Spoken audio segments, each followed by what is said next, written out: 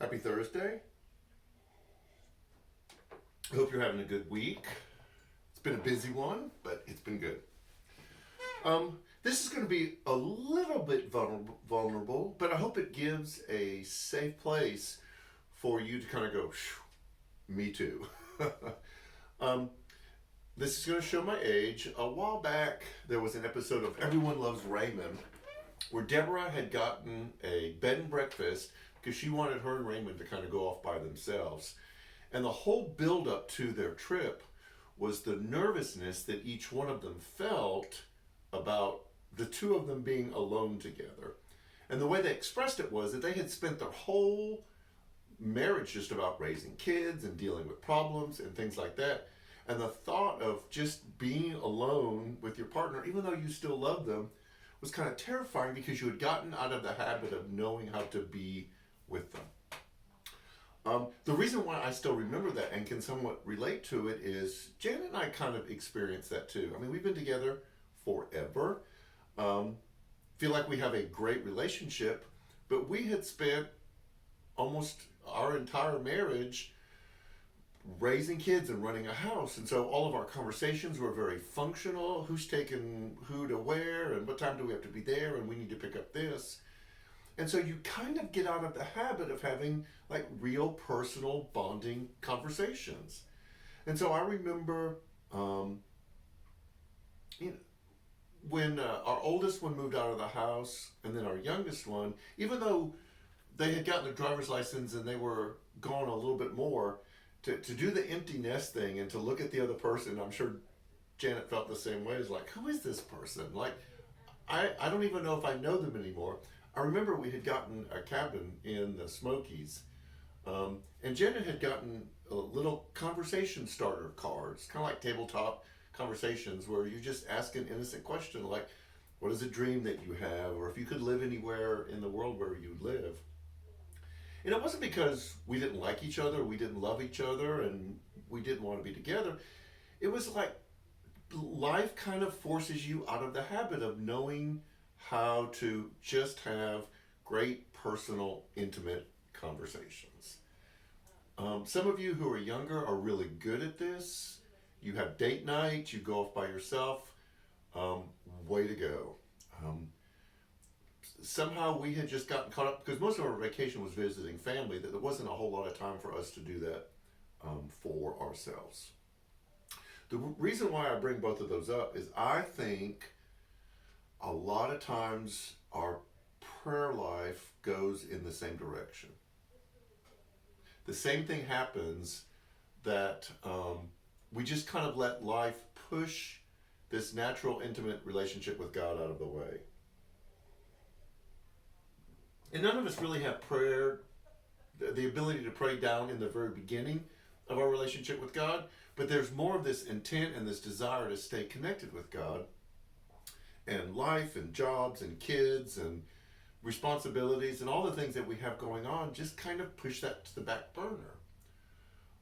And that's what we're going to talk about this Sunday. So, first of all, let me say this: no shame, no guilt, no what's wrong with you, that we kind of let that happen to our prayer life because that's just what happens.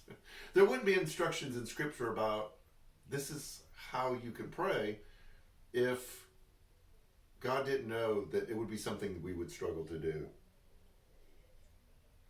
The problem is talking about prayer is like it's like writing about dance. You get information, you get knowledge, but it doesn't really help you like actually do it, to put it into practice. So we're going to split up the service this Sunday. We're going to talk about prayer because that's really important. That the aspects and the components and the elements of prayer aren't like formal steps that you have to go through to make the prayer work. They're suggestions or ideas to help you customize the prayer to make it more personal, that it's more natural. It's kind of like the discussion starting questions. The purpose isn't really to find out if you could live anywhere in the world, where would you live? It's to kind of like be a catalyst to conversation. So we are going to talk about some of those things because those are super helpful to have those. But then like we've done before, we're going to carve out a space where we have a guided meditation for you. We've done this several times before. The people who've been a part of it have loved it. You've responded really well. So we're going to talk about prayer, things that we can know that can help us, and then we're going to just create a space where we'll walk you through this process of just being keenly aware of the presence of God in that moment. Not that you're invoking God to be there. He's already there. He doesn't need to be invited. But just to grow your awareness of it.